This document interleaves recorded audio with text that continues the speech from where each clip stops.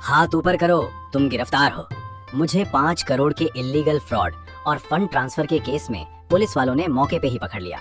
लेकिन इंटेरोगेशन के दौरान मैंने अचानक इंस्पेक्टर से पूछा, ऑफिसर, आप जो 2 करोड़ के फ्रॉड का इल्जाम लगा रहे हो, वो इंसिडेंट कल रात 8:30 पे हुआ था ना?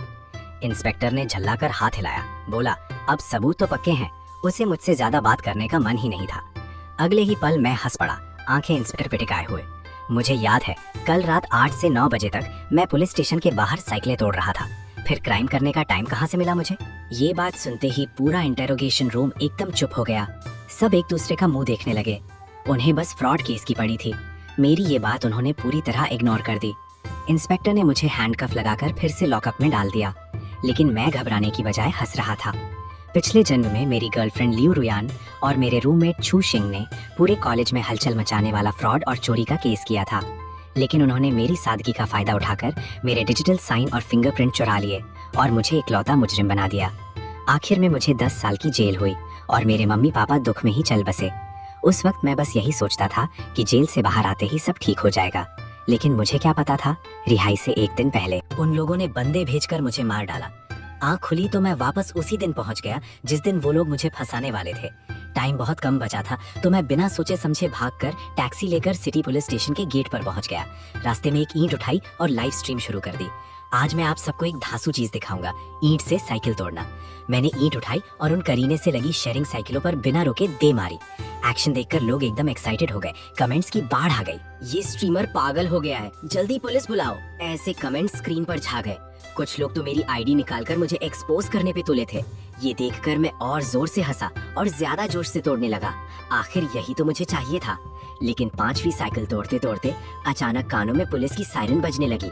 मैंने फौरन ईंट फेंकी और कैमरे के सामने उंगली दिखाई। याद रखना ये टाइम, 23 अक्टूबर 2023 रात के ठीक 8 बजे मैंने, शेंगलिन ने यहाँ क्राइम किया है। 3 पुलिस वाले दौड़ कर आए, घेर लिया मुझे।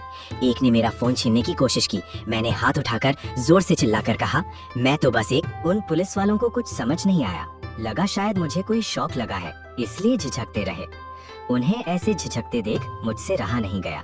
मैंने फिर ईंट उठाई और साइकिल पर जोर से मारी। अगर पकड़ोगे नहीं तो मैं तोड़ता ही रहूंगा। शांत हो जाओ, एक्साइटेड मत हो। एक जवान पुलिस वाला आगे आया और मेरे हाथ से ईंट छीन ली, लेकिन मैं उसका हाथ छुड़ाकर पुलिस वैन की तरफ भागा और झटपट अंदर घुस गया। काहे का एक्साइटेड होना, मुझे जेल जाना है, 10 साल की जेल चाहिए मुझे। सारे पुलिस वाले एक दूसरे को देखने लगे। ऐसा कोऑपरेटिव मुजरिम उन्होंने पहली बार देखा था। इंटेरोगेशन रूम में मेरा एटीट्यूड बड़ा अकड़ू था। मैंने न सिर्फ जानबूझकर तोड़फोड़ करना कबूल किया, बल्कि हर्जाना देने से भी साफ मना कर दिया और डटकर हिरासत मांगी। एक अधेड़ उम्र के पुलिस वाले ने समझाने की कोशिश की, पर मैंने अचानक कानून की धारा सुनानी शुरू कर दी। जानबूझकर पब्लिक या प्राइवेट प्रॉपर्टी तोड़ने पर 5 से 10 दिन की हिरासत होती है। वो बोला, तुम कानून पढ़े हो क्या? मैंने बस सिर हिलाया, कुछ नहीं बोला। उसी दौरान मम्मी पापा का फोन आया, मैंने वो भी काट दिया। पुलिस वालों के पास कोई चारा नहीं बचा। प्रोसीजर फॉलो करके मुझे हिरासत में डाल दिया। मैं दीवार से टिक कर बैठ गया, आंखें बंद की और पिछले जन्म की सारी बातें याद करने लगा। पिछले जन्म में इसी वक्त लियू रुयान और छू शिंग कॉलेज के कंप्यूटर रूम में फंड ट्रांसफर का आखिरी स्टेप पूरा कर रहे थे। उन्होंने मेरा स्टूडेंट कार्ड इस्तेमाल करके गेट खोला, मेरे फिंगरप्रिंट से कंप्यूटर अनलॉक किया, यहाँ तक कि पहले से रिकॉर्ड की गई मेरी आवाज से वॉइस वेरिफिकेशन करके पैसे ट्रांसफर किए। हर सबूत यही दिखा रहा था कि मैं वहीं मौजूद था, लेकिन अभी मैं पुलिस स्टेशन के लॉकअप में बैठा था। सरकारी पुलिस का दिया हुआ ये एलिबाई कौन झुठला सकता है? मैं सख्त बिस्तर पर लेटकर सोने की सोच ही रहा था कि अचानक कानों में मम्मी की आवाज आई। उसने जोर से दरवाजा खोला और मुझे कसकर गले लगा लिया। शेंगलिन, मेरी मम्मी मुझे पकड़े पकड़े कांप रही थी। मेरे पापा भी झुककर सबसे माफी मांगने लगे। ऑफिसर साहब, माफ कीजिए, पता नहीं इसे क्या हुआ है, हम सारा नुकसान भरने को तैयार हैं। उनके उदास चेहरे देखकर दिल में अजीब सी तकलीफ हुई। पिछले जन्म में मेरी वजह से ही वो सबके सामने नजरें नहीं मिला पाते थे। पापा ने घर बेचकर मेरे लिए वकील किया था। मम्मी रो रो कर आखिर में मेरी रिहाई से पहले ही बेगुनाह मर गई थी। मेरी नजरें अब सख्त थीं। इस बार मुझे यहीं रुकना है, वरना फिर वही पिछले जन्म वाली कहानी दोहराई जाएगी। जैसे ही पुलिस मुझे छोड़ने का कागजी काम पूरा करने लगी, मैं अचानक खड़ा हो गया और खाली कोने की तरफ इशारा किया। मैं वापस नहीं जाऊंगा, ये सब उसी की वजह से है। वो लगातार मेरे पीछे पीछे आ रहा है। तुम लोगों को नहीं दिख रहा क्या? मुझे इस हालत में देख। मम्मी मुंह पर हाथ रखे रोए जा रही थी, आंसू रुक ही नहीं रहे थे। पापा गुस्से और डर से कांपते हुए पुलिस से बार बार माफी मांग रहे थे। ऑफिसर साहब, इसका दिमाग खराब हो गया है, वरना ये ऐसा नहीं है। मैंने इसी बात का फायदा उठाकर जोर से चिल्लाया, हाँ मुझे दिमागी प्रॉब्लम है, मुझे मेंटल चेकअप चाहिए। मेरी एक्टिंग और तेज हो गई, सिर पकड़कर गोल गोल घूमने लगा, बड़बड़ाता रहा, कोई मुझे मारना चाहता है।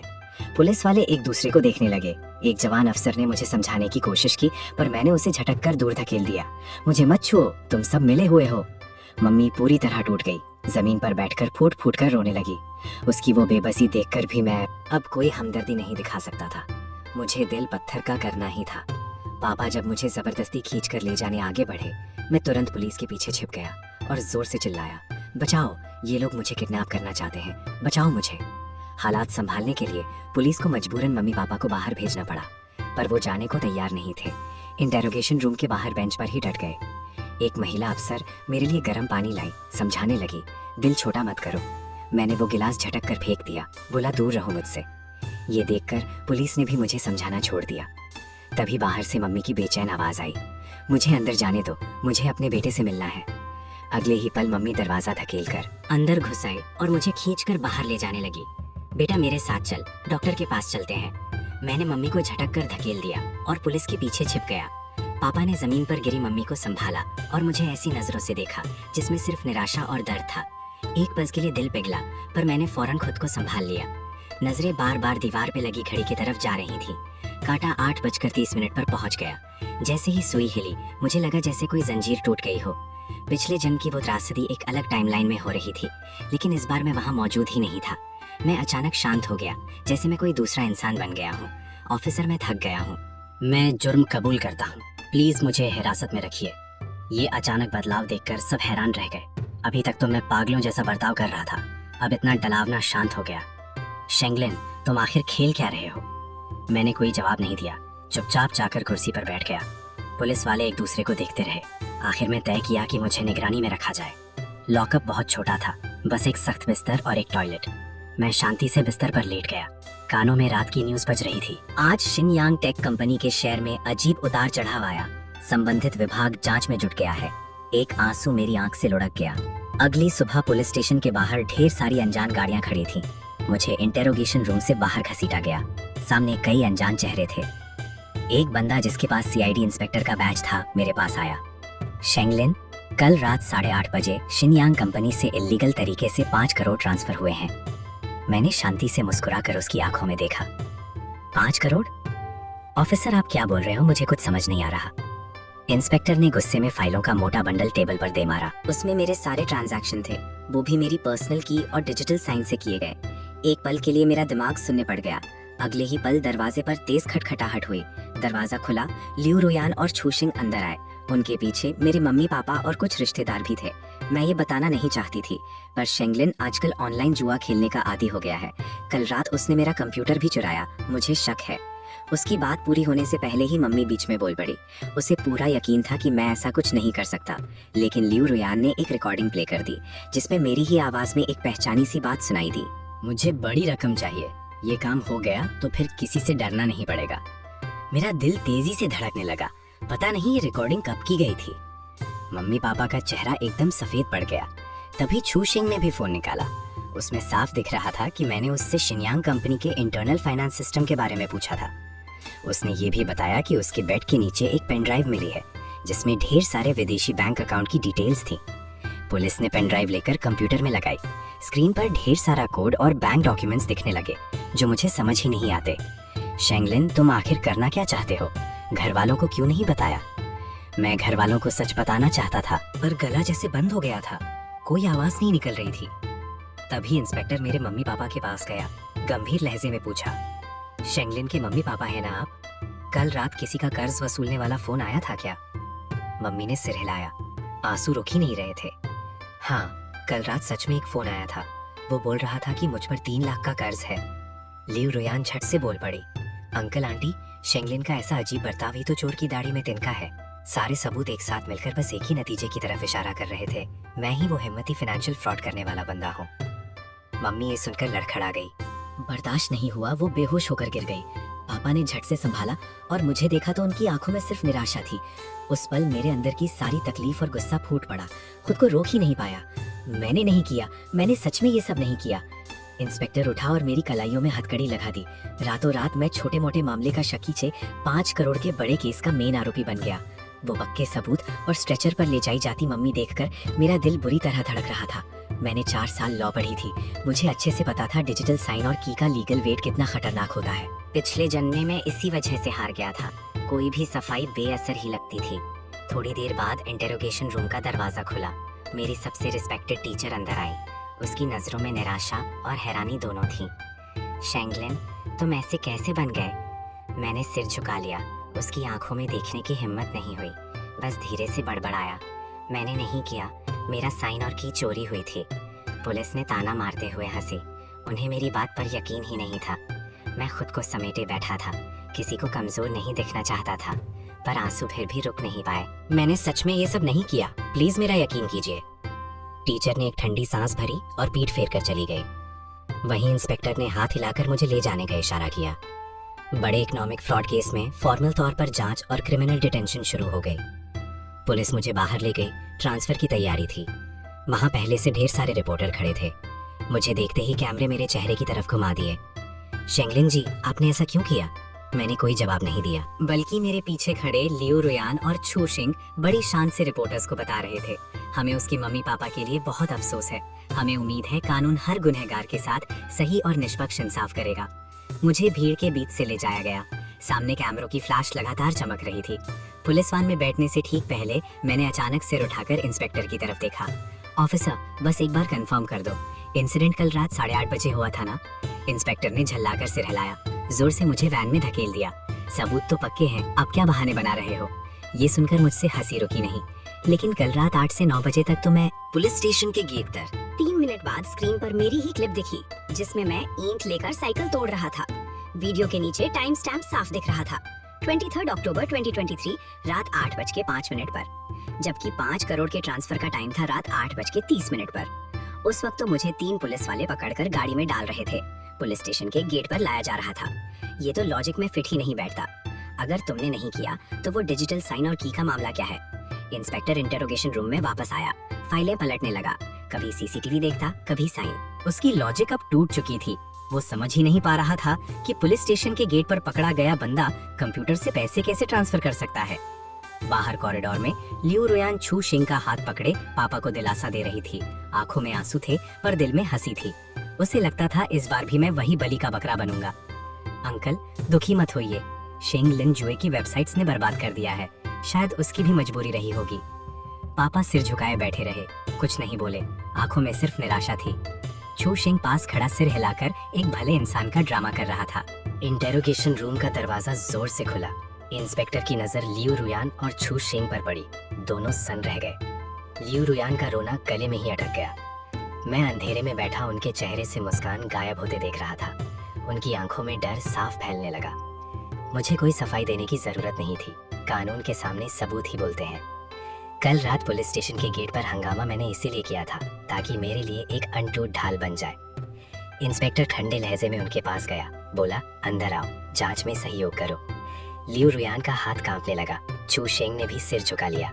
मुझे पता था अब असली खेल शुरू हुआ है। लियो रुयान और छू शिंग को दूसरे कमरे में ले जाया गया। मैं वहीं अपनी जगह पर बैठा रहा। इंस्पेक्टर ने दरवाजा बंद किया और वो तथाकथित पक्के सबूत टेबल पर पटक दिए। जीत गए ना तुम?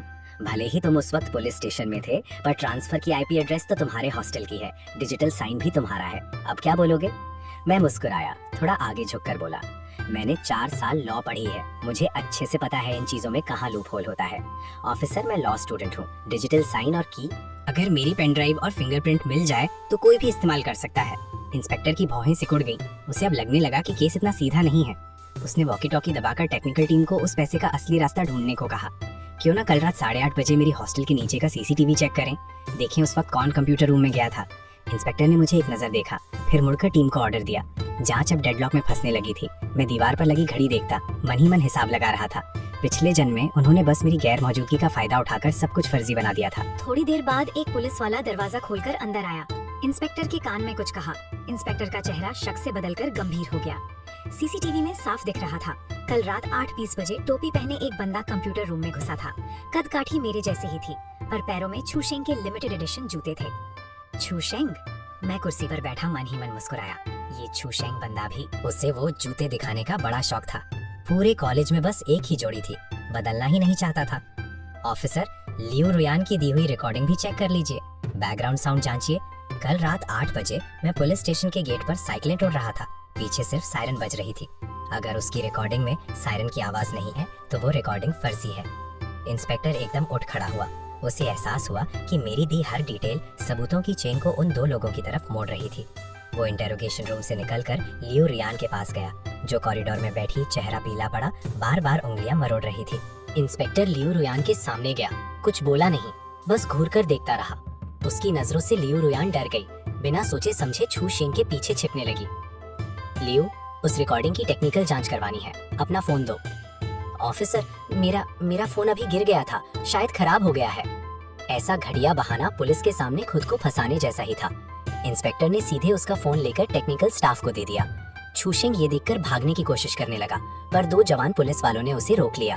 वो झूठे इत्मीनान का नाटक कर रहा था, पर माथे से पसीना गर्दन तक बह रहा था।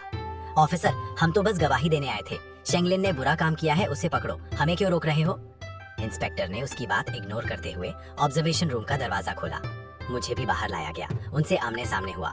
मैंने लियो रुयान की तरफ देखकर बड़ी शानदार मुस्कान दी। रुयान, कल रात 8:30 बजे तो तुम कह रही थी हॉस्टल में सो रही थी, फिर छूशेंग के जूते कंप्यूटर रूम में कैसे पहुंचे? लियो रुयान का चेहरा एकदम सफेद पड़ गया। उसने छूशेंग की तरफ देखा। उसकी आंखों में यकीन ही नहीं था कि छूशेंग इतनी बड़ी गलती कर सकता है। टेक्निकल स्टाफ टैबलेट लेकर दौड़ता आया, जोर से बोला, इंस्पेक्टर, ये रिकॉर्डिंग एडिट की गई है। बैकग्राउंड में पुलिस स्टेशन के गेट वाला शोर बिल्कुल नहीं है, और सबसे बड़ी बात, वो 5 करोड़ जो विदेशी अकाउंट में घूम कर आए थे, उसका एक हिस्सा छूशेंग के नाम ट्रांसफर होने वाला था। छूशेंग, लियो रुयान, अब बताओ ये पैसा तुम्हारी जेब में क्यों जा रहा था? छूशेंग के पैर लड़खड़ा गए, गिरते गिरते बचा, मुझे देखने लगा। उसकी नजरों में सिर्फ जहर था। लियो रुयान अब कांपने लगी थी, आंसू रुक ही नहीं रहे थे। दूर खड़े मेरे मम्मी पापा ये सब देखकर सुन रह गए। आखिर उन्हें समझ आ गया कि उनके बेटे को फंसाया गया था। उनकी हिम्मत पूरी तरह तोड़ने के लिए इंस्पेक्टर ने दोनों को अलग अलग पूछताछ करने का फैसला किया। मुझे बगल के कमरे में ले जाया गया। वन वे शीशे से मैं सब देख रहा था। लियो रुयान सबसे पहले टूटी। ऐसे लोग सिर्फ अच्छे वक्त में साथ देते हैं, बुरे वक्त में नहीं। जब पुलिस ने फंड फ्लो चार्ट उसके सामने रखा तो वो फौरन छूशिंग पर उंगली उठाने लगी। सब कुछ छूशिंग की सोची समझी चाल है। उसी ने कहा था शेंगली एक गरीब बंदा है, उसके साथ रहने में कोई फ्यूचर नहीं है। उसी का आइडिया था मेरे साइन का इस्तेमाल करने का। दूसरे कमरे में बैठा छूशिंग ये सब सुन नहीं पा रहा था, पर वो भी टूटने लगा था। वो बार बार यही कहता रहा, मैं तो बस मदद कर रहा था, असली दिमाग तो लियो रुयान का था। उसी ने कहा था शेंगलिन को पैसे चाहिए, इसलिए मैंने कोड लिखा। मुझे सच में नहीं पता था ये फ्रॉड है। मैं शीशे के पीछे से इन दोनों को एक दूसरे पर इल्जाम लगाते देख रहा था। दिल में कोई हमदर्दी नहीं थी, बस एक अजीब सी तसल्ली थी। पिछले जन्म में ये लोग भी ऐसे ही कोर्ट में सारा इल्जाम मुझ पर डाल देते थे।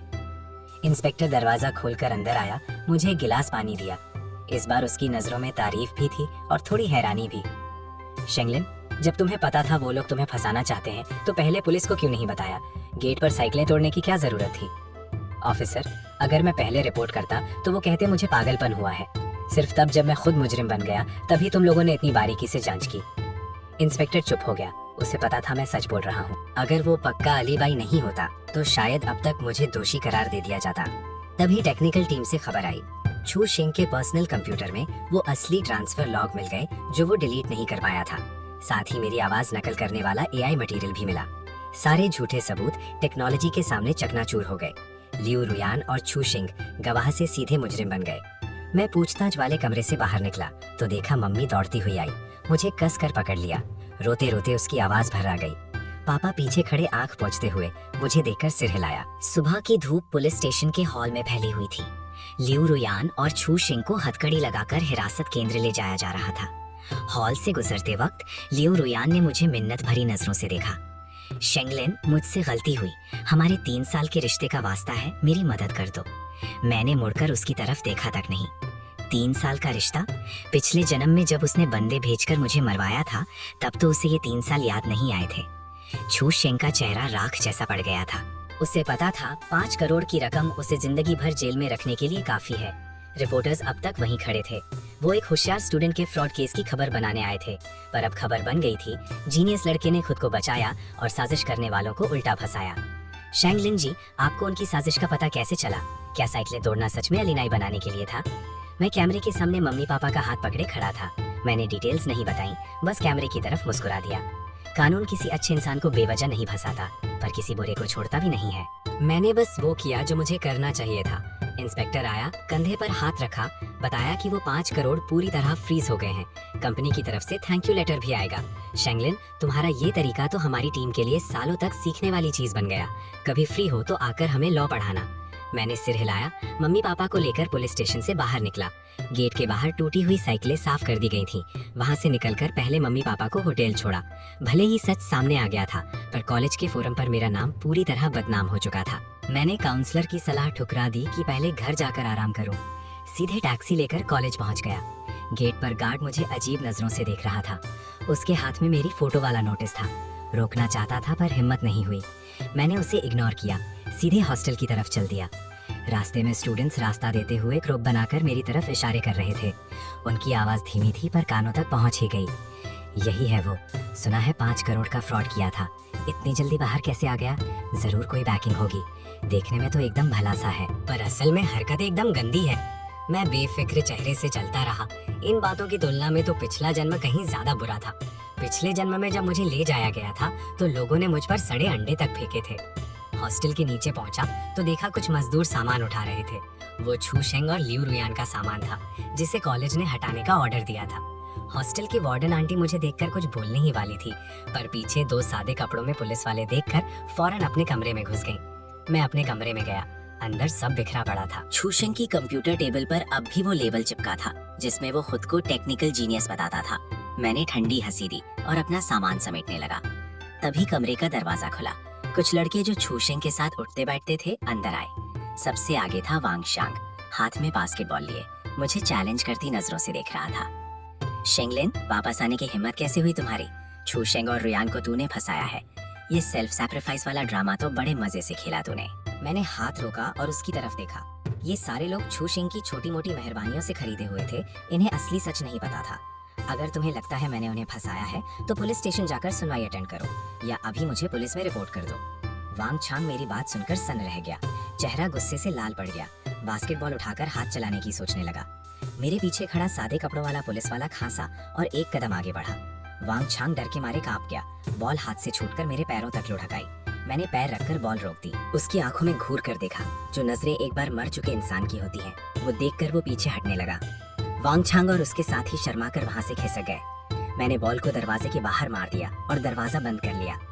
2 सादे कपड़ों वाले पुलिस वाले कुर्सी पर बैठ गए। उनका काम था आगे के सबूत जुटाना। मैं छू शेंग के बेड की दरारों में हाथ फेरने लगा। पिछले जन्म में मुझे पता था उसकी एक आदत थी, जरूरी अकाउंट पासवर्ड कागज पर लिखकर किसी ऐसी जगह छुपाने की जहाँ किसी की नजर ना जाए। सच में बेड के सिरहाने दीवार से सटी दरार में मुझे कुछ सख्त सा हाथ लगा। वो टेप से चिपकाई हुई एक छोटी काली डायरी थी। मैं अभी खोलने ही वाला था कि कमरे का दरवाजा जोर से टूटा। इस बार अंदर आने वाले स्टूडेंट्स नहीं थे, बल्कि काला सूट और काला चश्मा पहने कुछ हट्टे कट्टे बंदे थे। सबसे आगे वाले की गर्दन पर चाकू का निशान था। देखने में बड़ा खतरनाक लग रहा था। उसने पूरे कमरे में नजर दौड़ाई। आखिर में उसकी नजर मेरे हाथ की डायरी पर टिक गई। तू ही है शेंगलिन ना? छू शेंग हमारा पैसा वापस करे। मैंने डायरी जेब में डाल ली और खड़ा हो गया। दोनों सादे कपड़े वाले पुलिस वाले भी उठ गए, हाथ कमर की तरफ बढ़ाने लगे। मेरे दिल में एक झटका लगा। लगता है छू शेंग ने मुझे बस जेल भिजवाना ही नहीं चाहा था, एक और जाल भी बिछा गया था। उसने मेरे नाम पर बाहर से भारी ब्याज पर कर्ज लिया था। उसे पता था वो बच नहीं पाएगा, इसीलिए जानबूझकर इन लोगों को मेरे पीछे लगा दिया। जब तक मेरा शक साफ नहीं होता, ये कर्ज हमेशा मेरे पीछे लगा रहता। हम पुलिस हैं, अपना लोन एग्रीमेंट दिखाइए, वरना हम गुंडागर्दी के इल्जाम में तुम सबको ले जाएंगे। चाकू वाला बंदा एक पल के लिए सन्न रह गया। उसे उम्मीद नहीं थी कमरे में पुलिस मिलेगी। उसने थूक कर मेरी तरफ इशारा किया। ओए, पुलिस कुछ देर बचा सकती है, हमेशा के लिए नहीं। ये पैसा तो कभी ना कभी चुकाना ही पड़ेगा तुझे। वो लोग जाने के बाद मैंने वो डायरी खोली। अंदर की बातें पढ़कर मेरी रूह कांप गई। पता चला वो 5 करोड़ का फ्रॉड केस तो बस एक बहाना था। छू शेंग और लियू रुयान के पीछे इससे भी बड़ा गैंग था। वो स्टूडेंट होने की आड़ में विदेशी ताकतों के लिए मनी लॉन्ड्रिंग कर रहे थे और मैं उनका आखिरी एग्जिट पॉइंट बनने वाला था। अगर मैंने कल साइकिलें ना तोड़ी होती तो शायद अब तक किसी कोने में मारा गया होता, बिना किसी को पता चले। उस लॉन्ड्रिंग गैंग की पूरी सच्चाई जानने के लिए मैं लाइब्रेरी पहुंचा। यहाँ कॉलेज का सबसे तेज इंटरनेट और सबसे पुराना लॉ डेटाबेस मिलता है। वो दोनों पुलिस वाले लगातार मेरे साथ थे, मेरी सेफ्टी के लिए।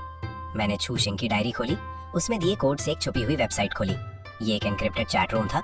अंदर की बातचीत पूरी टेक्निकल टर्म्स में थी। मैंने तेजी से कीबोर्ड पर उंगलियां चलाई। पिछले जन्म में जेल में एक हैकर से जो सीखा था, उसी से इन अकाउंट्स की लोकेशन ट्रेस करने लगा। स्क्रीन पर एक लाल बिंदु लगातार चगमगाता रहा। आखिर में कॉलेज के पीछे वाली गली के साइबर कैफे पर आकर रुक गया, जहां हमारे कॉलेज के स्टूडेंट्स अक्सर जाते थे। जैसे ही मैं और गहराई में जाने वाला था, स्क्रीन अचानक ब्लैक हो गई। लाल अक्षरों में लिखा आया, तुम लिमिट क्रॉस कर चुके हो। मैंने फौरन पावर काट दिया। दिल तेजी से धड़कने लगा। सामने वाले को पता चल गया था मेरे बारे में। इसका मतलब उस गैंग में कोई बड़ा एक्सपर्ट है और शायद वो कॉलेज के आसपास ही मुझ पर नजर रखे हुए हैं। मैं पुलिस को लेकर लाइब्रेरी से निकला। अंधेरा हो चुका था। स्ट्रीट लाइट्स की पीली रोशनी फैली थी। हॉस्टल जाने वाले रास्ते पर मुझे लगातार लग रहा था जैसे पीछे से कोई नजरें रखे हुए हैं। एक पेड़ों वाली जगह के पास पहुंचा तो एक साया झट से हिला। पुलिस वाले फौरन पीछे भागे और मुझे वहीं रुकने को कहा। मैं स्ट्रीट लाइट के नीचे खड़ा वो डायरी कसकर पकड़े था। तभी फोन बजा। एक अनजान नंबर था। हेलो शेंगलिन, मुझे बचा लो, वो लोग मुझे मारना चाहते हैं। फोन की दूसरी तरफ से लियू रुयान की रोने की आवाज आई। साथ में कुछ सामान के टकराने की आवाज भी आ रही थी। वो तो हिरासत में थी, फिर मुझे फोन कैसे कर रही है?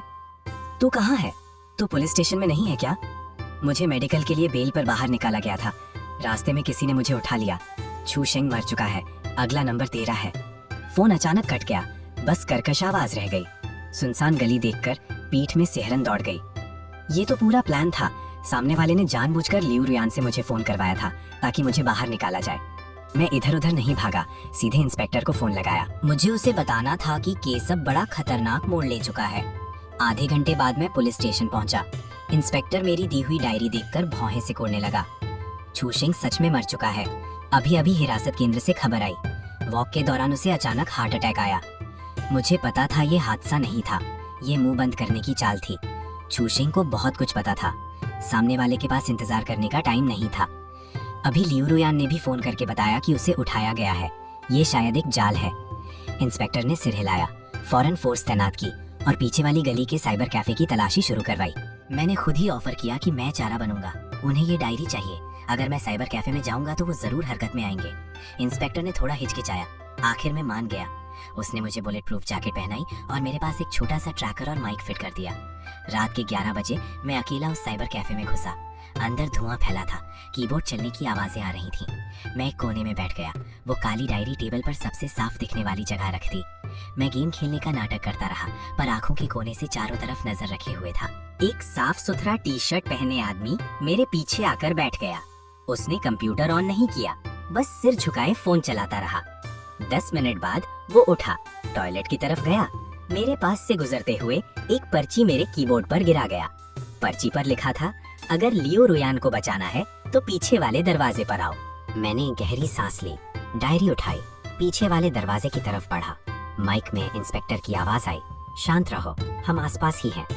दरवाजा खोलकर देखा तो सामान से भरी एक गली थी। गली के आखिर में एक काली वैन खड़ी थी। शीशे बिल्कुल काले थे।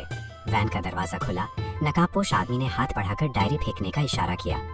लियू रुयान कहाँ है? मुझे उसे देखना है। आदमी थोड़ा साइड हुआ। मैंने देखा लियू रुयान सीट से बंधी है, मुंह में कपड़ा ठुसा है, आंखों में सिर्फ बेबसी थी। मैं पास जाने ही वाला था कि गली के मुहाने से कुछ बाइक तेजी से मेरी तरफ आई। उनकी आवाज कान फाड़ू थी। मैं झट से साइड होकर कूड़ेदान के पीछे गिरा। अंधेरे से 2 पुलिस वाले निकले और बाइक वालों से भिड़ गए। गली में एकदम हंगामा मच गया। वो वैन ये देखकर फौरन स्टार्ट हुई। टायर जमीन पर घिसटकर तेज आवाज करने लगे। सफेद धुआं उठने लगा। मैंने खतरे की परवाह किए बिना दौड़कर वैन का पिछला हैंडल पकड़ लिया। दरवाजा लॉक नहीं था। मेरा आधा शरीर वैन के अंदर जा घुसा। वो आदमी बोला, मरने आया है क्या? और मेरी छाती पर लात मारी। अच्छा हुआ बुलेट प्रूफ जैकेट थी, फिर भी मेरी पकड़ छूटते छूटते बची। मैंने सीट का किनारा कसकर थामा, दूसरे हाथ से लियू रुयान की रस्सी खोलने लगा। वैन तंग गली में उछल कूद करती हुई कई ठेले तोड़ती जा रही थी। लियू रुयान डर के मारे मुझे देख रही थी। आंसुओं से चेहरा भीग गया था। मैंने ब्लेड से रस्सी काटी, जोर से चिल्लाया, कूद जाओ, जल्दी कूदो। लियू रुयान इतनी डरी हुई थी कि सिकुड़ कर बैठी रही, हिलने की हिम्मत ही नहीं हुई। नकाबपोश आदमी ने अंदर से एक स्प्रिंग नाइफ निकाली, मेरे हाथ पर वार करने की कोशिश की। मैंने साइड होकर बचा और पलट कर एक घूंसा जमाया। जगह बहुत तंग थी, हम दोनों भिड़ गए। तभी पीछे से सायरन की आवाज आई। कई पुलिस गाड़ियां घेर कर वैन को रोकने की कोशिश करने लगी। ड्राइवर पागल निकला, स्पीड कम करने की बजाय सामने की रेलिंग की तरफ भिड़ाने की कोशिश करने लगा, साथ में मरने को तैयार। टक्कर होने से ठीक पहले मैंने लियू रुयान को पकड़कर उसका सिर बचाया। एक जोरदार झटका लगा, गाड़ी की खिड़कियों के शीशे बिखर गए। वैन पलट गई। मुझे लगा जैसे सब कुछ घूम रहा है। कानों में सिर्फ साए साए की आवाज थी। मुश्किल से आंखें खोली तो देखा नकाबपोश टूटी खिड़की से बाहर निकल रहा है, हाथ में मेरी काली डायरी कसकर थामे हुए।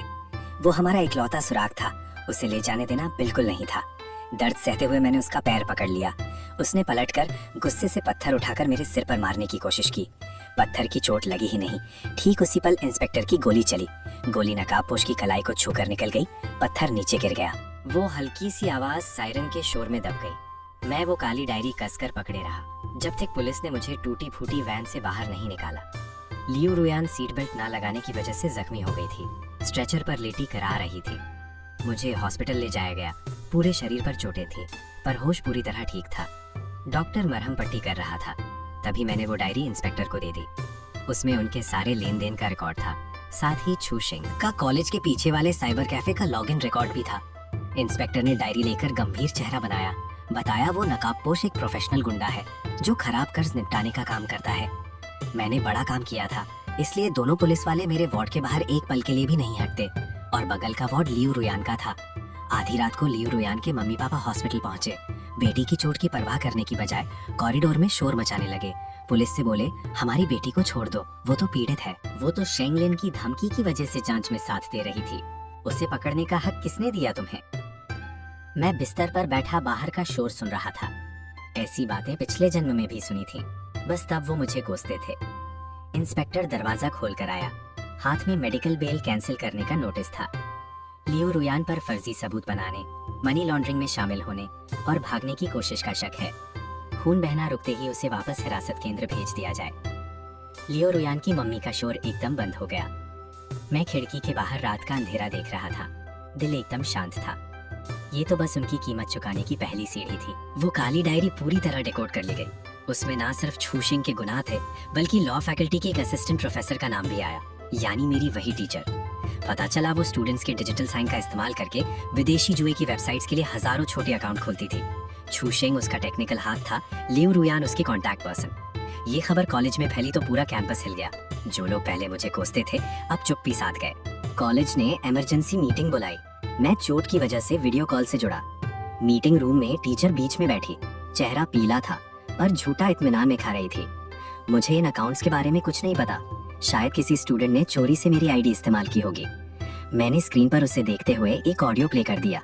वो डायरी में मिली रिकॉर्डिंग थी, जिसमें वो खुद छूशिंग को ऑर्डर दे रही थी। मैम, आपने ही हमें सिखाया था, कानून के सामने कोई मौका नहीं मिलता। इस रिकॉर्डिंग की वॉइस मैचिंग का क्या जवाब है आपके पास? पूरा मीटिंग रूम सन्नाटे में डूब गया। टीचर का चश्मा टेबल पर गिरा, उठाने की भी हिम्मत नहीं हुई। उसी वक्त वो ब्याज वसूली वाले गुंडे भी पकड़े गए। उन्होंने कबूला कि 3 लाख का वो लोन एग्रीमेंट छूशिंग ने ही फर्जी बनाया था, ताकि मुझे आत्महत्या करने पर मजबूर किया जाए। पक्के सबूतों के सामने मुझ पर लगे सारे इल्जाम धुल गए। कॉलेज ने वही मौके पर मेरी इज्जत वापस बहाल कर दी। साथ ही टीचर, छूशिंग और लियू रुयान को कॉलेज से निकाल दिया गया। मैं स्क्रीन पर उन कभी शान से चलने वाले लोगों को पुलिस के साथ जाते देखकर एक लंबी सांस ली। इंसाफ भले देर से आया, पर मैंने खुद उसे खींचकर वापस लाया। लियू रुयान को वापस हिरासत केंद्र भेजा गया। लॉन्ड्रिंग में शामिल रकम बहुत बड़ी थी। हालांकि उसने कुछ मदद भी की थी, फिर भी 10 साल से ज्यादा की सजा तय थी। उसके मम्मी पापा ने उसे बचाने के लिए घर और गाड़ी तक बेच दी, ताकि पैसा लौटाकर सजा कम करवा सकें।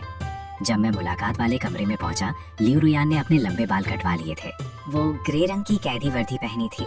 मुझे देखते हुए उसकी आंखों में अब वो पुराना घमंड नहीं था, बस अंतहीन पछतावा था। शेंगजिंग, अगर तुम माफीनामे पर साइन कर दो तो मेरे मम्मी पापा बची हुई सारी रकम तुम्हें दे देंगे। तुम्हें लगता है मुझे पैसे की कमी है?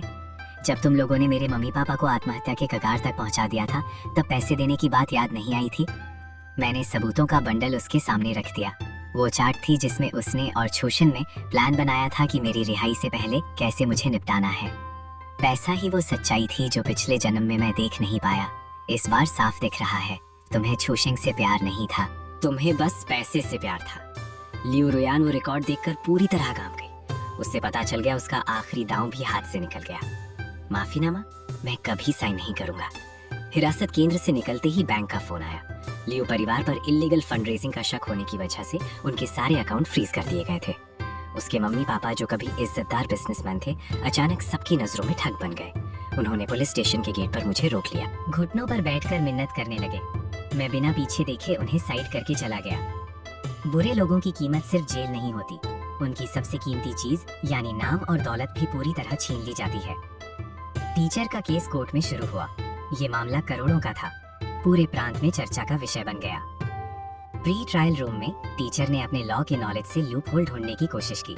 बोली डिजिटल साइन हैक हो सकता है, पर मैं पहले से तैयार था। मैंने छू शेंग की डायरी वाले बैकएंड कोड से हर एक ट्रांसफर का असली रास्ता निकाला।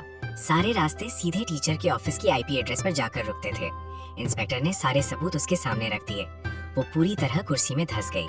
उसका सोच समझकर बनाया लीगल बचाव उसी के कभी फेवरेट स्टूडेंट ने अपने हाथों से तोड़ दिया था। तुमने पूरी जिंदगी लॉ पढ़ाई और आखिर में कानून का लूप होल ढूंढने चले। शेंग लिन के दिए सबूत तुम्हें रिटायरमेंट तक अंदर रखने के लिए काफी है। उससे और ज्यादा तोड़ने वाली बात ये थी कि सालों से उसके छपे रिसर्च पेपर्स में भारी धांधले मिले, जो सब स्टूडेंट से जबरदस्ती लिखवाए गए थे। उसकी सारी एकेडमिक इज्जत मिट्टी में मिल गई। मैं कोर्ट में दर्शक गैलरी में खड़ा उसे पुलिस के साथ ले जाते देख रहा था। जब वो पास से गुजरी, धीरे से पूछा, इतना कठोर क्यों बना तू? मैम, ये आपका ही सिखाया आखिरी सबक है। कानून तोड़ने वाले को सजा जरूर मिलती है। कोर्ट से बाहर निकला तो धूप एकदम तेज थी। मम्मी पापा गेट पर मेरा इंतजार कर रहे थे। अब वो सीना तान कर चल सकते थे, किसी की तानाकशी झेलनी नहीं थी। मैंने वो काली डायरी पुलिस को नष्ट करने के लिए दे दी। उसका काम पूरा हो चुका था, लेकिन मुझे पता था पर्दे के पीछे वाला वो लॉन्ड्रिंग गैंग अभी पूरी तरह खत्म नहीं हुआ था। 5 करोड़ और एक पूरी लाइन खोने के बाद वो चुपचाप बैठने वाले नहीं थे। टीचर और लियू रुयान के जेल जाने के बाद कॉलेज में शांति लौट आई, पर मुझे पता था इस शांति के नीचे एक धार छुपी है। एक रात लाइब्रेरी से निकला, अचानक स्ट्रीट लाइट बुझ गई। पूरी सड़क अंधेरे में डूब गई। मुझे कुछ गड़बड़ लगा। फौरन जेब में रखा अलार्म दबाया, जो इंस्पेक्टर ने खास मेरे लिए दिया था। अंधेरे में कुछ नकाबपोश साए तेजी से घिरने लगे। हाथों में स्टन गन थी, हरकतें पूरी तरह प्रोफेशनल थी। मैं घबराया नहीं। लाइब्रेरी के गेट वाले खंबे की आड़ लेकर भीड़ भरी हॉस्टल की तरफ भागने लगा। एक गुंडा मुझ पर झपटा। मैं साइड होकर बचा और बैग से उसके सिर पर वार किया। पेन ड्राइव निकाल कर दे दो, जान बख्श देंगे। उन्हें लगता था छू शेंग की एक और बैकअप कॉपी मेरे पास है। उस लॉन्ड्रिंग गैंग का असली सरगना अभी भी पकड़ में नहीं आया था। मैं भागते भागते जोर से चिल्लाया, आग लग गई, आग लग गई। हॉस्टल की बत्तियां जल उठी। स्टूडेंट्स झांक कर देखने लगे। गुंडे को ज्यादा देर रुकना मुनासिब नहीं लगा। वो बिना नंबर प्लेट वाली बाइक पर बैठकर फुर्ती से भाग गए। इंस्पेक्टर जब टीम के साथ पहुंचा तो जमीन पर बस एक खास बैज मिला, जिस पर एक अजीब सा निशान बना था। ये उस विदेशी लॉन्ड्रिंग गैंग का सिंबल था, शेंग लिन। तुम्हारी जान अभी बहुत खतरे में है। अगर उन्हें कुछ चाहिए तो उन्हें दे ही देते हैं। मैं वो बैच देखकर मन ही मन प्लान बनाने लगा। बचना कोई हल नहीं है। इस गैंग को जड़ से खत्म करके ही मैं नई जिंदगी शुरू कर पाऊंगा। मैंने तय किया कि खुद को आखिरी चारा बनाकर उस साए में छुपे बड़े मगरमच्छ को बाहर निकालूंगा। वो अजीब निशान वाला बैच ही इस डेडलॉक को तोड़ने की चाबी बना। इंस्पेक्टर ने बताया कि इसका ताल्लुक एक इंटरनेशनल लॉन्ड्रिंग ऑर्गेनाइजेशन से है, जिसका नाम है शंघाई यानी डीप सी। मैं टेबल पर बैठा एक खास तरह की पेन ड्राइव हाथ में घुमा रहा था, जिसमें कोई असली सबूत नहीं था, बस पुलिस का लगाया ट्रैकिंग वायरस था। अगर उन्हें लगता है छू शेंग ने कोई डेटा छोड़ा है तो चलो हम उन्हें दे ही देते हैं वो डेटा। इंस्पेक्टर मुझे देख रहा था। उसकी आंखों में चिंता थी। उसे पता था अगर मैं ये खबर बाहर फैलाऊं तो पूरी तरह खुला निशाना बन जाऊंगा। शेंग लिन, अच्छे से सोच लो, ये अब मामूली फंसाने का खेल नहीं रहा। ये लोग सच में जान लेने से पीछे नहीं हटते। मैंने सिर हिलाया। दोबारा जिंदगी मिली है। जान तो पहले ही दांव पर लगा चुका हूँ। इंस्पेक्टर के सामने ही मैंने कॉलेज के एनोनिमस फोरम पर लॉगिन किया और एक पोस्ट डाल दी।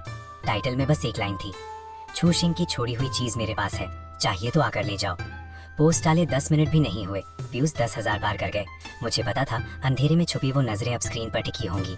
इंस्पेक्टर ने फौरन टेक्निकल टीम को ऑर्डर दिया कि मेरा फोन और सोशल अकाउंट 24 घंटे मॉनिटर करें। जो भी आके संपर्क करने की कोशिश करे फौरन लॉक कर लिया जाए। जो भी संपर्क करने की कोशिश करे फौरन लॉक कर लिया जाए। रात को मैं पुलिस स्टेशन से निकला। बाहर सड़क सुनसान थी, बस स्ट्रीट लाइट में मेरा साया लंबा दिख रहा था। मुझे महसूस हो रहा था अंधेरे में कोई हिल रहा है। वो सांप जैसी नजरों वाला एहसास पिछले जन्म में मरते वक्त से भी ज्यादा तेज था। मैं हॉस्टल लौटा, जानबूझकर पर्दा खोल दिया ताकि बाहर वाले मुझे कंप्यूटर पर व्यस्त देख सके। रात 2 बजे मेरा ईमेल इनबॉक्स चमका। बिना भेजने वाले के नाम की एक मेल आई। कल दोपहर 3 बजे, शहर की सेंट्रल लाइब्रेरी की टॉप फ्लोर वाली कॉफी शॉप में, दोपहर 3 बजे। सेंट्रल लाइब्रेरी में हमेशा भीड़ रहती है। ये सबसे अच्छी आड़ भी है और कंट्रोल करने में सबसे मुश्किल जगह भी।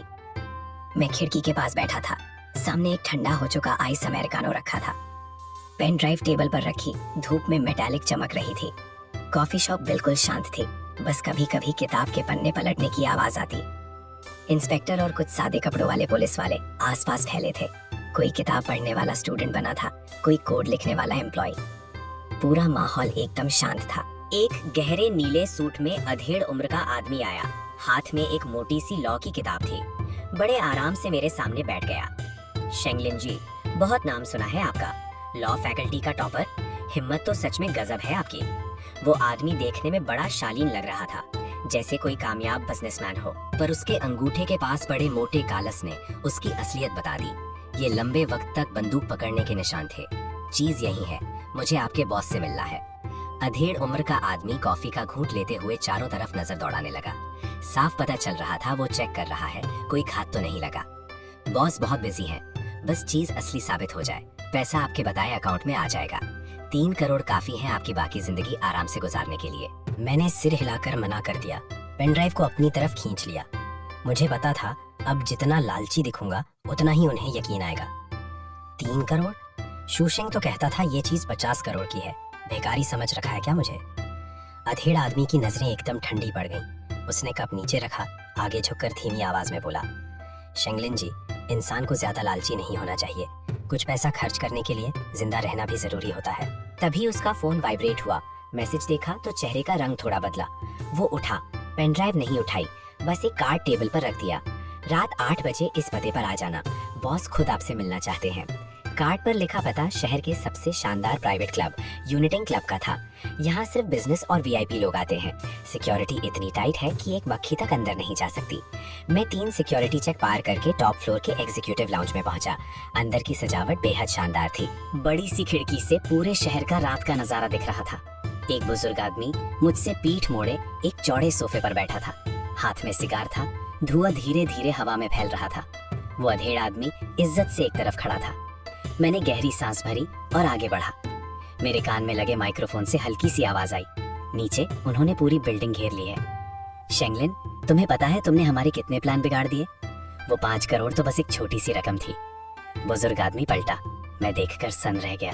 वो तो कॉलेज का ऑनरेरी बोर्ड मेंबर निकला, वही जो लेक्चर्स में हमेशा नैतिकता और कानून पर लंबी लंबी बातें करता था।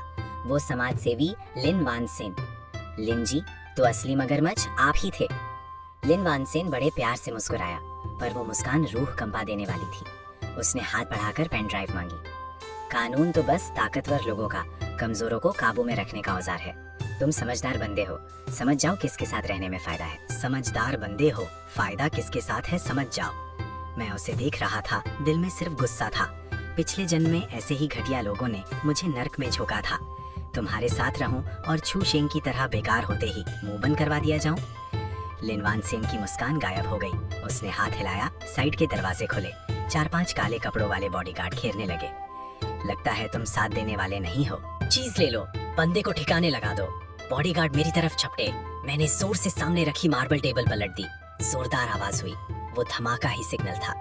लाउंज की शीशे की खिड़कियां चकनाचूर हो गईं। कुछ स्पेशल फोर्स के जवान रस्सियों से उतरे, गेट के गार्ड्स को घेर लिया। इंस्पेक्टर टीम के साथ फायर एग्जिट से अंदर आया। चारों तरफ अफरा तफरी मच गई। चीखें और गोलियों की आवाजें एक साथ गूंजने लगीं। कोई हिलेगा नहीं, पुलिस है, कोई हिलेगा नहीं। लिन वानसेन अब भी सोफे पर बैठा, एकदम शांत था। आराम से अपना सिगार बुझाने लगा। ऑफिसर, मैं तो बस अपने स्टूडेंट से बात कर रहा था। ये बॉडीगार्ड्स प्राइवेट है, सारे पेपर सही हैं। आप लोग किस हक से घुसे अंदर? वो अधेड़ आदमी हड़बड़ी में साइड दरवाजे से भागने लगा। मैंने झट से दौड़कर कंधे से धक्का देकर जमीन पर गिरा दिया। लिन जी, बात करने में सिग्नल जैमर की क्या जरूरत? मैंने टेबल के नीचे से एक काला डिब्बा निकाला। वो उनका लगाया सिग्नल जैमर था। अफसोस उन्हें नहीं पता था इंस्पेक्टर की टेक्निकल टीम नई क्वांटम एन्क्रिप्शन इस्तेमाल कर रही थी। इंस्पेक्टर लिन वानसेन के सामने गया, अरेस्ट वारंट दिखाया। लिन वानसेन, आप पर इंटरनेशनल मनी लॉन्ड्रिंग और जानबूझकर मर्डर का शक है। अभी हमारे साथ स्टेशन चलिए। लिन वानसेन हैरा हुआ, अपने सूट का कॉलर ठीक किया, मुझे घूरते हुए बोला। आंखों में एक ठंडी नफरत थी। शेंगलिन, तुम्हें लगता है मुझे पकड़कर सब खत्म हो जाएगा? ये तो बस एक छोटी सी शुरुआत है। उसे हथकड़ी लगाई गई। जैसे ही वो लाउंज से बाहर निकला, बाहर पहले से खबर पाकर रिपोर्टर्स जमा हो गए थे। वो कभी का समाज सेवी कैमरों की चमक में एकदम बेबस दिख रहा था। मैं उसे पुलिस गाड़ी में धकेला जाता देख रहा था, पर दिल में जरा भी सुकून नहीं था, क्योंकि इंस्पेक्टर ने चुपके से बताया था कि लिन वानसिन के कंप्यूटर के सारे ट्रांजैक्शन रिकॉर्ड 5 मिनट पहले ही अपने आप डिलीट हो गए थे। इंटेरोगेशन रूम में लिन वानसिन कुछ नहीं बोल रहा था। उसकी वकीलों की टीम बाहर कॉरिडोर में भरी पड़ी थी। हर एक इंडस्ट्री का टॉप वकील था। टेक्निकल टीम पसीना पसीना हो गई। लिन वानसिन की हार्ड डिस्क में मिलिट्री लेवल का फिजिकल डिस्ट्रक्शन सिस्टम लगा था। जबरदस्ती डिकोड करने की कोशिश की तो डेटा खुद ब खुद जल जाएगा। ये बुढ़ा लोमड़ी बहुत सावधान निकला। पक्का सबूत ना होने की वजह से हम इसे ज्यादा से ज्यादा 48 घंटे रोक सकते हैं। मैं इंटेरोगेशन रूम के बाहर वन वे शीशे के सामने खड़ा था। लिन वानसिन को जैसे पता था मैं उसे देख रहा हूँ, वो शीशे की तरफ एक अजीब सी मुस्कान दे गया। मुझे अचानक छूशिंग की डायरी में लिखा एक मामूली सा नंबर याद आया। वो एक कोऑर्डिनेट भी लग रहा था और एक तारीख भी। मैं फौरन आर्काइव रूम भागा, डायरी की फोटोकॉपी निकाली। 23 अक्टूबर 2023 यानी कल।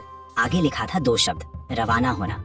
रवाना होना ट्रांसफर नहीं, माल का शिपमेंट था। मैं दौड़कर इंस्पेक्टर के ऑफिस गया, डायरी टेबल पर पटक दी। लिन वानसिन इतना शांत इसीलिए है क्योंकि उसका सबसे बड़ा माल अभी पोर्ट से रवाना नहीं हुआ है। इंस्पेक्टर, चेक कीजिए, लिन वानसिन की ट्रेडिंग कंपनी का कल रात कोई प्रिसिजन इक्विपमेंट का एक्सपोर्ट शेड्यूल तो नहीं है? इंस्पेक्टर ने फौरन फोन करके कंफर्म करवाया। 5 मिनट बाद उसका चेहरा सफेद पड़ गया। फोन काटा। एक विदेशी झंडे वाला जहाज कल रात 8 बजे पोर्ट से निकलने वाला है। कस्टम पेपर्स में महंगे इलेक्ट्रॉनिक पार्ट्स लिखे थे। मुझे समझ आ गया, मनी लॉन्ड्रिंग तो बस एक जरिया थी। असली मकसद तो इन फर्जी ट्रेड डील्स के जरिए भारी रकम को कानूनी तौर पर विदेश भेजना था। अगर ये जहाज निकल गया तो लिन वानसिन विदेश में आराम से बच जाएगा और हमें उसका असली हिसाब किताब कभी नहीं मिलेगा। मैं पुलिस स्टेशन से निकलकर टॉप फ्लोर की छत पर गया। तेज हवा चल रही थी। आखिरी लड़ाई कल रात समंदर के किनारे होनी थी। जहाज को रवाना होने में अब बस 6 घंटे बचे थे। मैं पुलिस गाड़ी में बैठा बाहर तेजी से पीछे भागती सड़कें देख रहा था। इंस्पेक्टर लगातार फोन पर इमरजेंसी सर्च वारंट के लिए बात कर रहा था।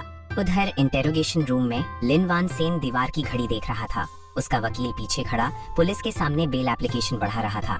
मेरे मुवक्किल की तबीयत ठीक नहीं है और आपके पास कोई सीधा सबूत नहीं है। नियम के हिसाब से आपको इसे छोड़ना होगा।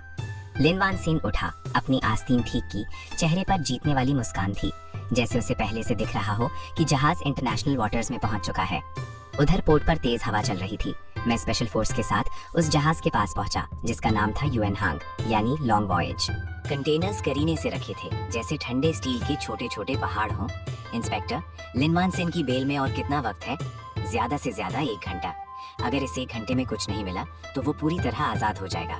मैं गाड़ी से कूदा, हाथ में डायरी की फोटोकॉपी थी। उसमें लिखा कोऑर्डिनेट पोर्ट के सबसे किनारे वाली एक बर्थ की तरफ इशारा कर रहा था। एक पोर्ट मैनेजर हड़बड़ाकर हमें रोकने आया। उसकी नजरें बार बार उन कंटेनर्स की तरफ जा रही थीं। ऑफिसर, ये नियम के खिलाफ है। ऊपर से मंजूरी के बिना कोई सामान छू नहीं सकता। मैंने उसकी बात इग्नोर करके सीधे THX 09 नंबर वाले कंटेनर की तरफ चल दिया।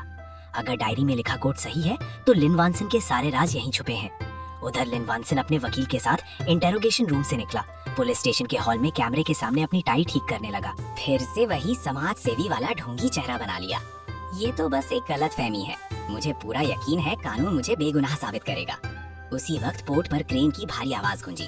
THX 09 नंबर वाला कंटेनर धीरे धीरे उठाकर खाली जगह पर रखा गया। इंस्पेक्टर ने अभी अभी मिला सर्च वारंट लेकर अपने हाथों से कंटेनर की सील फाड़ी। कंटेनर खुला, अंदर पूरी तरह पैक की हुई लकड़ी की पेटियां रखी थीं। पेटियों पर लिखा था प्रिसिजन मेडिकल इक्विपमेंट। शिंगलिन, अगर ये असली इक्विपमेंट है तो हमारे पास एतराज करने की कोई वजह नहीं।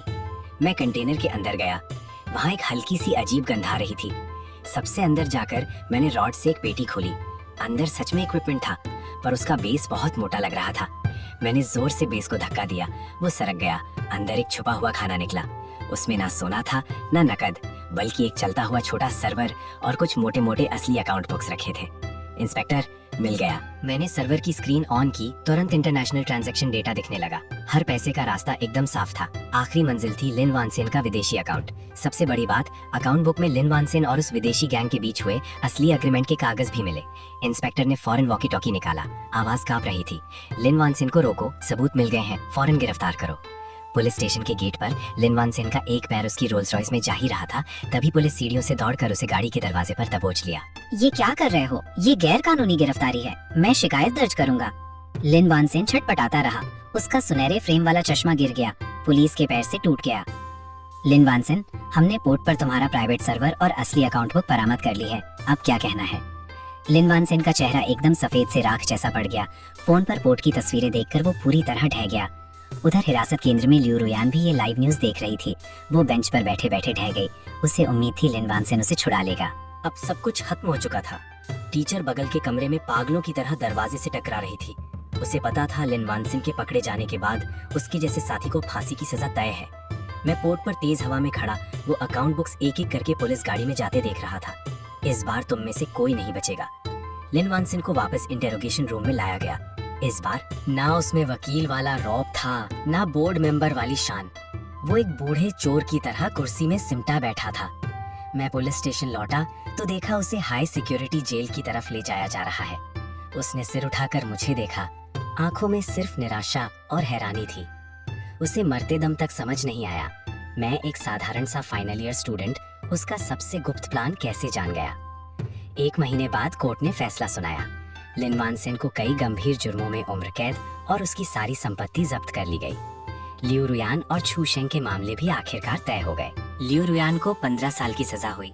कोर्ट में वो फूट फूट कर रोई, पर किसी को उस पर तरस नहीं आया। वो कभी की रौबदार टीचर अपनी सारी इज्जत खोकर बाकी की जिंदगी जेल में गुजारने वाली थी। मैं जेल के मुलाकात कमरे में आखिरी बार लियू रुयान से मिलने गया। शीशे के उस पार वो एकदम दुबली पतली हो गई थी। शेंगलिन, प्लीज, पुराने रिश्ते का वास्ता है, थोड़े पैसे भेज दो। मेरे मम्मी पापा दिवालिया होकर सड़क पर आ गए हैं। मैं उसे देख रहा था। दिल में जरा भी हलचल नहीं थी। रास्ता तुमने खुद चुना था। जब पैसे के लालच में तुमने मुझे मरवाने की कोशिश की थी, तब मेरे लिए कोई रास्ता छोड़ने की सोची थी क्या? लियू रुयान सन रह गई। उसे समझ ही नहीं आया मैं किस पिछले जन्म की बात कर रहा हूँ। मैं उठा, फोन काटकर जेल के गेट से बाहर निकला। देखा मम्मी पापा बाहर मेरा इंतजार कर रहे थे। उन्होंने एक नई गाड़ी खरीदी थी। ज्यादा महंगी नहीं थी, पर वो हमारे परिवार के नए सफर की निशानी थी। कॉलेज ने मेरी इज्जत वापस बहाल करने का समारोह रखा और उसे बेहतरीन स्टूडेंट अवार्ड दिया। मैंने वो सारी इनाम की रकम लॉ फैकल्टी के गरीब स्टूडेंट्स के फंड में दान कर दी। लिन वानसेन के गिरने से पूरे शहर का लॉन्ड्रिंग नेटवर्क जड़ से उखड़ गया, पर मुझे उस विदेशी गैंग का बैज अब भी दिमाग से हटता नहीं था। इंस्पेक्टर ने बताया कि लिन वानसेन तो बस उस ऑर्गेनाइजेशन का देश में एक एजेंट था। असली सरगना ने पहले से ही उससे सारे संबंध काटने शुरू कर दिए थे। जिंदगी अब शांत लगने लगी। मुझे मास्टर्स में एडमिशन मिल गया। हर दिन लाइब्रेरी और क्लासरूम के बीच भागदौड़ में गुजरता, पर मैंने जांच बंद नहीं की।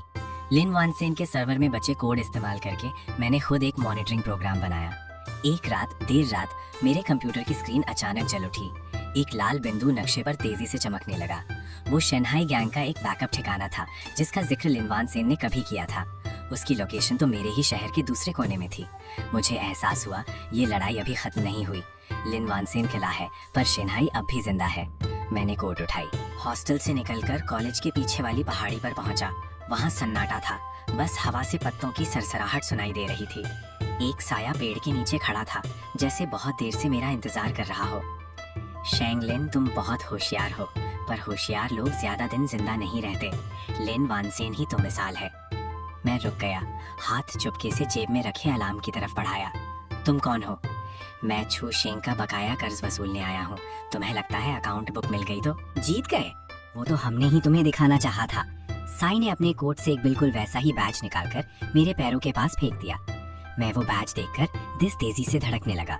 पता चला लिन वानसेन का गिरना इस गैंग का जानबूझकर किया गया एक ड्रामा था, ताकि खुद को बचा सके, और मैं बिना जाने उनके लिए सफाई करने का जरिया बन गया था। मैंने साई की तरफ नजरें उठाई। अब पहले से ज्यादा पक्का इरादा था। अगर वो खेलना चाहते हैं तो मैं आखिर तक खेलूंगा। साया बैज फेंककर तुरंत जंगल में गायब हो गया। मैं बिना सोचे समझे उसके पीछे नहीं भागा, बल्कि झुककर वो बैज उठा लिया। ये लिन वानसेन वाले बैज से ज्यादा भारी था। पीछे एक छोटा सा नंबर लिखा था, 003। मैं फौरन पुलिस स्टेशन गया, बैज इंस्पेक्टर को दिया। टेक्निकल टीम ने हाई पावर माइक्रोस्कोप से देखा तो पता चला उस नंबर में एक छोटा सा इलेक्ट्रॉनिक चिप छुपा था। ये एक पैसिव लोकेटर था। अगर इसे लेकर किसी खास इलाके में जाओ तो सामने वाले को सिग्नल मिल जाता है। मुझे एहसास हुआ वो साया मुझे मारने नहीं आया था, वो तो मुझे मार्क करने आया था। उन्हें जानना था कि मेरे पीछे कोई ऊंचा कांटेक्ट तो नहीं है। अगर वो ट्रैकिंग का खेल खेलना चाहते हैं तो हम उल्टा ट्रैक करेंगे, मैंने टेक्निकल टीम से बैच में एक फीडबैक पल्स डलवा दिया। जैसे ही सामने वाला मेरी लोकेशन पढ़ने की कोशिश करेगा, उनका टर्मिनल एड्रेस खुद ब खुद पता चल जाएगा। अगले 3 दिन मैं रोज की तरह क्लास जाता, लाइब्रेरी जाता, जैसे कुछ हुआ ही ना हो। पर डिजिटल दुनिया में इंस्पेक्टर टेक्निकल एक्सपर्ट्स के साथ उस पल्स सिग्नल का पीछा करते हुए शहर के अंडरग्राउंड नेटवर्क तक पहुंच गया। सच में सिग्नल पीछे वाली गली के एक प्राइवेट क्लब में बार बार चमकता दिखा। वो जगह लिन वानसन अक्सर जाया करता था। ऊपर से प्राइवेट वाइन सेलर, असल में शंघाई गैंग का मेन सर्वर रूम। इंस्पेक्टर, वो फंस गए हैं। मैं जानबूझकर बैज लेकर पीछे वाली गली में गया। स्क्रीन पर लाल बिंदु धीरे धीरे पास आया। आखिर में मेरे कोऑर्डिनेट से मिल गया। मैं क्लब के गेट पर खड़ा उस बंद काले दरवाजे को देख रहा था। मुझे पता था असली सरगना अंदर ही है। मैंने क्लब का गेट धकेला। अंदर कोई नहीं था। हवा में इलेक्ट्रॉनिक इक्विपमेंट के जलने जैसी हल्की गंध फैली थी। मैं सीढ़ियों से बेसमेंट की तरफ गया। जेब में रखा बैज हल्का हल्का गर्म हो रहा था, जैसे सामने वाला बुरी तरह सिग्नल पढ़ने की कोशिश कर रहा हो। बेसमेंट का आखिरी दरवाजा खुला। पूरी दीवार पर सर्वर लगे थे, नीली रोशनी में चमक रहे थे। वो साया मुझसे पीठ मोड़े तारों के बीच बैठा था। शेंगलिन, तुम मेरे सोचने से भी ज्यादा दिलेर निकले। तुम्हें लगता है पुलिस लाकर तुम ये जगह खत्म कर दोगे? वो पलटा। हाथ में एक रिमोट था। वो फिजिकल डिस्ट्रक्शन डिवाइस था। बस बटन दबाते ही सारा लॉन्ड्रिंग रिकॉर्ड राख हो जाता। तुम इसे दबा सकते हो, पर तुम्हें नहीं पता इस कमरे का सारा डेटा 3 मिनट पहले ही मैं पुलिस के क्लाउड में सिंक कर चुका हूँ। तुम इसे दबा सकते हो, पर तुम्हें नहीं पता इस कमरे का सारा डेटा 3 मिनट पहले ही मैं पुलिस के क्लाउड में सिंक कर चुका हूँ। साया सन्न रह गया। बदहवास होकर कीबोर्ड पर हाथ चलाने लगा, पर सिस्टम पहले से ही उसके कंट्रोल से बाहर था। चूशिंग की छोड़ी डायरी में सिर्फ कोऑर्डिनेट नहीं थे, तुम्हारे सिस्टम का बैकडोर भी था। मैंने आधा महीना इसी पल के लिए लगाया था। साया गुस्से से चिल्लाया, कमर से चाकू निकालकर मुझ पर वार किया। मैं फुर्ती से पीछे हटा, सर्वर रैक से टकराया। तभी बेसमेंट के वेंट से आंसू गैस की फुहार निकली। इंस्पेक्टर स्पेशल फोर्स के साथ अचानक अंदर आया। फौरन साय को जमीन पर दबोच लिया। हिलना मत, तुम गिरफ्तार हो। मैंने साय का मास्क उतारा तो देखा वो तो कॉलेज सिक्योरिटी डिपार्टमेंट का डेप्यूटी हेड निकला। पता चला ये गैंग तो कब से मेरे आसपास ही घुसा हुआ था। डिप्टी हेड ने कबूल किया वो शंघाई का देश में आखिरी सीनियर एजेंट था। उसके पकड़े जाने के बाद पूरे लॉन्ड्रिंग नेटवर्क का पूरा ढांचा हमारे सामने आ गया। लिन वानसन बस फंड डालने का काम करता था। ये डिप्टी हेड सिक्योरिटी और सबूत मिटाने का काम देखता था। असली बड़ा मगरमच्छ तो विदेश का एक इन्वेस्टमेंट ग्रुप था। शेंगलिन, उसकी बताई बात के मुताबिक उस ग्रुप का देश में एक आखिरी इलीगल फंड अब भी बाहर नहीं गया है। वही उनका भागने का किराया था, और वो आज रात ही आने वाला था ना। मैंने डिप्टी हेड की परमिशन इस्तेमाल करके उनके मेन सिस्टम में लॉगिन किया। स्क्रीन पर 30 करोड़ की रकम आखिरी सफेदी वाले प्रोसेस से गुजर रही थी। ये पैसा हजारों छोटे अकाउंट्स में बंटकर क्रिप्टो ट्रेडिंग प्लेटफॉर्म से विदेश जाने की तैयारी में था। इंस्पेक्टर, मुझे 10 मिनट दीजिए। अगर मैं इनकी की एक्सचेंज तोड़ दूं तो पूरे 30 करोड़ रोके जा सकते हैं। मैं कंप्यूटर के सामने बैठा तेजी से टाइप करने लगा।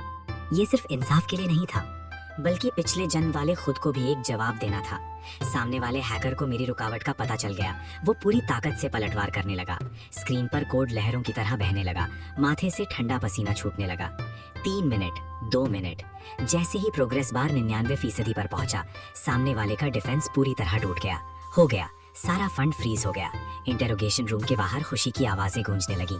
इस 30 करोड़ को रोकने का मतलब था शंघाई की देश में मौजूदगी जड़ से खत्म। 3 महीने बाद इतिहास के सबसे बड़े इंटरनेशनल लॉन्ड्रिंग केस का फैसला सुनाया गया। लिन वानसन, वो डिप्टी हेड, टीचर और बाकी मेन आरोपियों को उम्र कैद और मौत की सजा टलने वाली मिली। लियू रुयान ने अहम सुराग दिए थे, इसलिए उसे 12 साल की सजा हुई। मैं फिर से जेल पहुंचा, इस बार आखिरी कागजी काम पूरा करने। कॉरिडोर में मुझे लियू रुयान मिली, जिसे लेबर कैंप ले जाया जा रहा था। मोटे कपड़े की वर्दी पहने, बाल रूखे सूखे, आंखें खाली खाली थीं। मुझे देखकर उसके होंठ हिले, जैसे कुछ कहना चाहती हो, पर आखिर में बस सिर झुका लिया। मैं रुका नहीं, दोबारा उसकी तरफ देखा तक नहीं। अब वो मेरे लिए बस फाइल में लिखा एक नाम भर थी। कोर्ट से बाहर निकला तो धूप इतनी तेज थी कि आंखें खोलना मुश्किल था। रिपोर्टर्स घेर लिए, पर मैंने सारे इंटरव्यू ठुकरा दिए। मैं तो बस एक साधारण लॉ स्टूडेंट हूँ, जो करना था कर दिया। दूर खड़े मम्मी पापा मुझे हाथ हिला रहे थे। वो पहले से कहीं ज्यादा जवान लग रहे थे। उनके चेहरे पर अब वो पहले वाली शर्मिंदगी और डर नहीं था। मैं जाकर उन्हें कसकर गले लगाया। उस पल मुझे सच में लगा जैसे मैं फिर से जिंदा हुआ हूँ। पिछले जन्म के वो बुरे सपने, वो ठंडे मुक्के और बेबस चीखें, आखिरकार इस पल पूरी तरह दफन हो गए। 1 साल बाद ग्रेजुएशन सेरेमनी में मैं टॉप स्टूडेंट के तौर पर हॉल के स्टेज पर खड़ा था। नीचे मम्मी पापा बैठे थे, साथ ही वो इंस्पेक्टर भी। सब मेरे लिए ताली बजा रहे थे। कानून सिर्फ धाराएं नहीं है, ये कमजोरों की ढाल भी है और ताकतवरों के लिए तलवार भी। हमारा काम है कि वो तलवार हमेशा बुराई के सिर पर लटकी रहे। सेरेमनी खत्म होने के बाद मैंने कई टॉप लॉ फर्म्स के ऑफर ठुकरा दिए। तय किया पुलिस डिपार्टमेंट की पब्लिक लॉयर टीम ज्वाइन करूंगा। अपनी पढ़ाई का इस्तेमाल करके पिछले जन्म वाले मुझ जैसे बेबस लोगों की मदद करना चाहता था। शाम को मैं अकेला समंदर किनारे गया। लहरें चट्टानों से टकराकर हल्की मीठी सी आवाज कर रही थी। मैंने जेब से वो अब बेकार हो चुका शिन्हाई बैज निकाला, जोर से समंदर में फेंक दिया। उसे लहरों में डूबता देखकर एक लंबी सांस ली। सारा गुनाह, धोखा और दर्द उस बैज के साथ समंदर की तह में डूब गया। फोन बजा। इंस्पेक्टर का मैसेज था, एक नया केस है जिसमें लीगल एडवाइस चाहिए, फौरन आ जाओ। मैं पलटा, ढलते सूरज की तरफ बढ़ा, सड़क किनारे खड़ी गाड़ी की तरफ चला। धूप ने मेरा साया लंबा और सीधा बना दिया। इस बार मैं रोशनी में चल रहा था, दोबारा पीछे मुड़कर नहीं देखा। इंसाफ भले देर से आए, पर जब तक कोई हिम्मत करके खड़ा होने को तैयार है, तब तक वो कभी गायब नहीं होता।